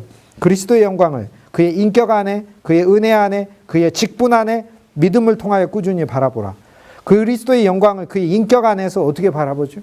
그의 인격 안에서 바라본다는 이야기는 그리스도의 인격과 내 인격은 하나의 한 인격으로 하나님 만드셨어요.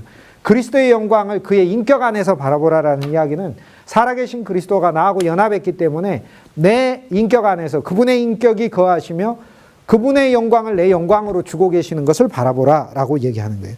그리스도의 은혜를 믿음 안에서 바라보라 라고 하는 건 그 그리스도가 내 안에 율법 교사로 와가지고 매일매일 마음씨 나쁜 시어머니보다 더 지적질하기 위해서 오신 게 아니라 너를 태초부터 창조하시고 예정하시고 택정하시고 정하시고 부르시고 의롭다 하시고 붙들고 계시는 하나님의 은혜가 얼마나 풍성한지를 계속해서 나한테 설득하시면서 내 마음을 굽히시기 위해서 내 안에 오셨어요. 그러면서 은혜를 또 주고 계시고 은혜로 계시며 은혜로 대하고 계시며 은혜를 부어주시고 은혜로 이끌고 가시고 그 은혜 안에 내가 조성되게 하시고 그래요.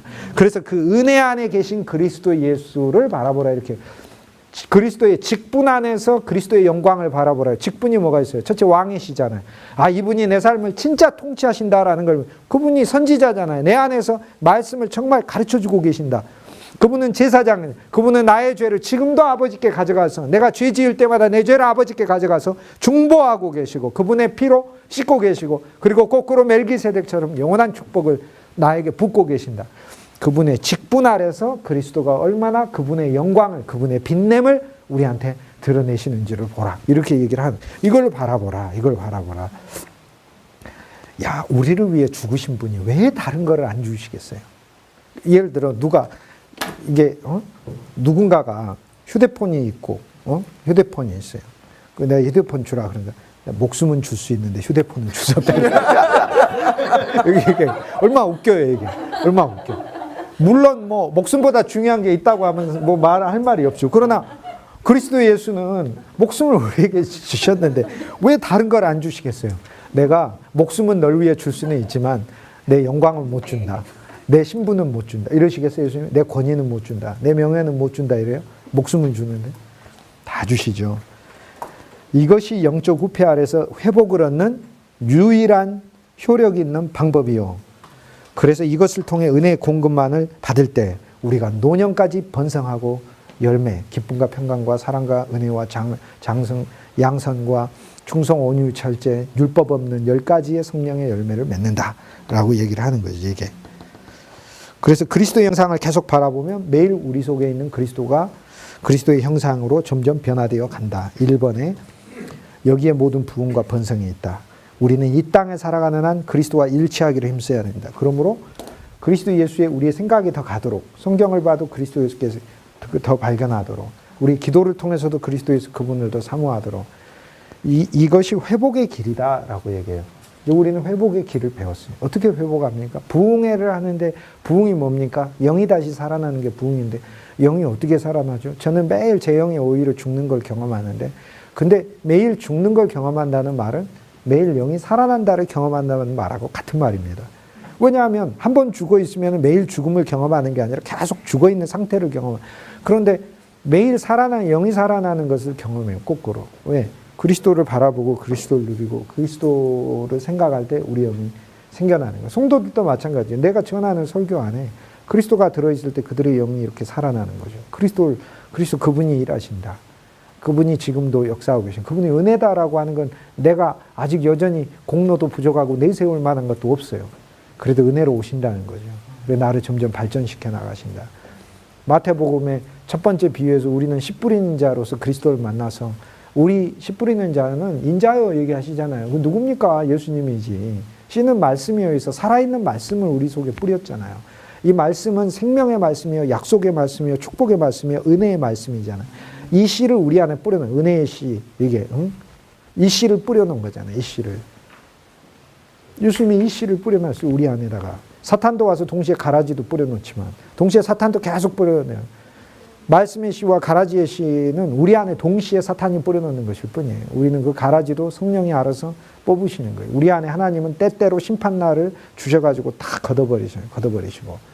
그리고 가라지가 어쩌지 못할 정도로 우리는 커져버려요. 어느 정도까지 커지냐면 겨자씨가 자라서 거대한 나무 될 때까지 커져버려요. 가라지 차원이 아니에요. 이게 뭐 처음 자랄 때 가라지 좀 많아 보이는데 거기까지 자란다고 예수님 얘기해 주신 거예요. 그래서 첫 번째 비유에서 4개의 마음들은, 야, 저 사람은 옥토밭이고 저 사람은 가시밭이고 저 사람은 돌짝밭이고 저 사람은 길가밭이다.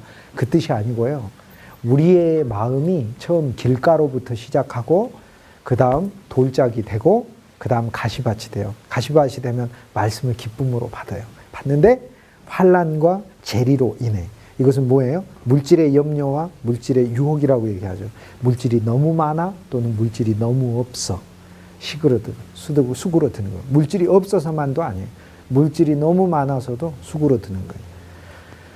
그래서 가시밭의 심령을 체험하고 나면 우린 비로소 옥토밭이 되는 것을 알 수 있어요. 4개의 밭은 하나의 우리 속에서 그리스도를 만나는 하나의 밭의 과정이에요. 저는 어떤 심령도 처음부터 다 옥토밭인 심령도 못 봤어요. 저 심령조차도 그래요. 저는 일생 동안 살면서 처음에 길가밭이었어요. 아무리 주님의 말씀이 뿌려져도 밖에 있어서 예수님 그리스도다. 뭐 그 그리스도 맞지. 예수님 구원하시다. 맞아, 구원. 이렇게 그냥 나하고 주님하고 돌짝밭이었어요. 말라버렸어요. 새들이 와서 먹어버리고. 가시밭이었어요. 어떨 때 기뻤어요. 아이고. 그러나 조금만 염려가 오면. 그러나 지금은 예수님이 완전히 갈아버리셔가지고 성령의 다이나마이트로 그냥 다 돌짝이고 다 파버리시고, 돌무더기 다 파내버리시고 이렇게 해가지고 다 갈아버려가지고 뭐 마음대로 본인이 알아서 심으시는 거지 뭐. 나는 밭이잖아요. 알아서 당신이 심으시는 거지 내가 뭐 어떻게 했어요. 그런데 그렇게 심겨진 나무는 겨자씨처럼 많아지는 거죠. 많아진 다음에 우리는 거기에서 새들도 깃들죠. 거기에서 나오는 열매들을 가지고 갈아가지고 떡도 만들죠. 고운 가루에다가 떡을 만들죠. 이제는 그 여인이 누룩을넣어가지고 모든 사람을 먹이기도 하죠. 이제 쉬기만 하는 그리스도가 아니라 모두를 먹이는 그리스도를 만나요. 이제는 그거를 통해가지고 우리의 가산들이 나무들이 많아졌기 때문에 얻어진 바가 많았어요. 얻어진 바가 많아가지고 이제는 밭에 있는 보물을 살 수도 있게 돼요. 그 정도로 우리는 영적인 성장에 있는 거예요. 이제 점점 가게 되면 우리는 이제 거대한 포도원의 일꾼도 되고 우리 스스로 포도원도 소유하게 되고 이제는 주인이 우리한테 맡겨줘서 우리가 거대한 포도원의 관리자가 되는 거예요. 그럼에도 불구하고 거기서 그게 그리스도 거라는 걸 알아야 되는데 자기 걸로 삼아버리고 예수님 오시면 예수님의 선지자 죽이고 예수님도 죽여버리고 이렇게 하고 그런 일들을 지금도 하고 있다 이런 얘기예요. 근데 점점 더 많아지는데 이제 천국은 혼인잔치와 같아요. 그래서 우리는 이제 모든 재산을 벌어가지고 뭐 하냐면 이제 결국에 그 아들의 혼인잔치에 우리가 신부로서 들어가는 거예요. 아, 거대한 혼인잔치. 이 모든 씨가 뿌려져서 얻어진 모든 소산은 보물만 살 뿐 아니라 혼인잔치의 모든 경비로 쓰는구나. 가난한 우리 목사님들 많을 텐데 나중에 자식들 보낼 때 되면은 그동안 조금씩 모아놨던 거 한꺼번에 이제 또 다 나가게 되시고 뭐 이러겠지. 그렇게 혼인잔치를 위해 다 쓰는 거죠. 그렇죠. 그런 거하고 똑같아요. 혼인잔치를 위해 쓰는 거예요. 그런데 그 혼인잔치에 우리는 신부로서 주님을 영접해야 하는데 기름 없이 영접하는 거예요. 이제 그때의 문제는 기름이 있느냐 없느냐 문제예요. 21장까지 가게 되면 25장까지 가게 되면 기름이 있느냐 없느냐 문제예요. 25장에 혼인잔치 나오죠. 달란트 나오죠. 그 다음에 소자에게 행했느냐 안 행했느냐 이렇게 나오죠. 요 구조들은 예수 그리스도 안에서 그분을 하나님의 왕국으로 체험하면서 하나의 흐름이에요. 하나의 흐름. 우리가 씨로부터 시작한 게 이제 거대한 혼인잔치로 커져 있는 것을 알게 돼요. 그뿐 아니라 그 혼인잔치에 참석한 우리들이 주님의 영 안에서 벌어진 우리들은 이제 그 혼인잔치에 참석하여 왕의 신부가 된 우리들은 왕으로부터 막대한 재산을 받아 그것을 1달란트, 2달란트, 5달란트 나눠주는 자의 사역을 하는 거예요. 그래서 계속 예수님은 무대하고 장소로 바꿔가면서 신앙의 어떤 과정, 전진으로서 비유를 얘기하셔요. 그러니까 이 첫 번째 비유보다 마지막 비유가 굉장히 그 구조 자체가 정말 그 뭐라고 할까요? 훨씬 더 산업으로 이야기하자면 4차 산업처럼 발전된 구조 아래서 하나님의 복음을 설명하셔요. 이거는 우리가 그만큼 영적인 성장이 있어야 된다라는 것을 얘기를 하는 거죠. 어쨌거나 우리는 늘 쇠퇴하는데 오늘 발표를 통하여 우리는 회복의 비법을 배웠어요. 아, 그리스도께 돌아가는 것밖에 없구나. 믿음과 행위가 나오면 그 믿음과 행위를 화목해하게 하는 것이 우리의 또 사역이죠. 왜냐하면 갈라디아서에 보면은 바울이 야고보와 만나 교제의 악수를 하였다라고 얘기를 하거든요. 그래서 우리는 이 어떤 사도의 복음들이 있으면 그 사도의 복음들을 교제의 악수를 하게 하는 이 말씀들을 전하는 것이 이것이 좋은 것이죠.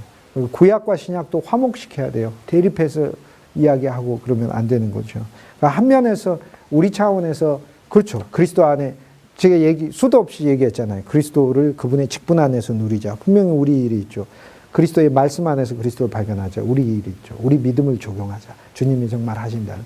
그러니까 우리 차원의 일이 있는 거죠. 그러나 이 일들을 할 때 우리가 믿는 그리스도는 죽은 그리스도가 아니라 살아있는 그리스도이기 때문에 우리를 마침내 사로잡아 그분의 뜻을 우리를 통해 수행하시는 이것이 바로 이스마엘에 내쫓기고 이삭이 자라서 하시는 이게 그리스도가 된. 그때는 야, 내가 하는 게 아니고 정말 주님이 하셨구나, 주님이 하시고 계시는구나가 체험되기 때문에 자기가 어떤 한 일에 대해서, 심지어는 자기가 누군가를 에게 어떠한 선행이나 전도를 했다 하더라도 이것조차가 자기가 한 일이 아니라는 것을 깨닫게 되는 거죠. 야, 이거 주님이 하신 거였구나, 나를 통해서. 이게 그거를 알게 되는 거죠. 근데 주님이 하셨음에도 불구하고 그 일을 행한 당사자의 내 자신이 도구로 사용됐기 때문에 그 유익을 내가 또 거둘 수 있게 하셔요. 그러니 나중에 우리가 무엇이 느껴지냐면 내가 한 것에 대하여 내가 싹을 받는 게 아니고 어떻게 되는 겁니까? 내가 한 게 아니고 그리스도가 한 것인데 오히려 그것에 대한 대가를 내가 받게 되는 것이죠. 그죠? 그 얼마나 놀라운 거예요. 그러니까 그거를 이제 우리가 깨닫게 되는 것이죠.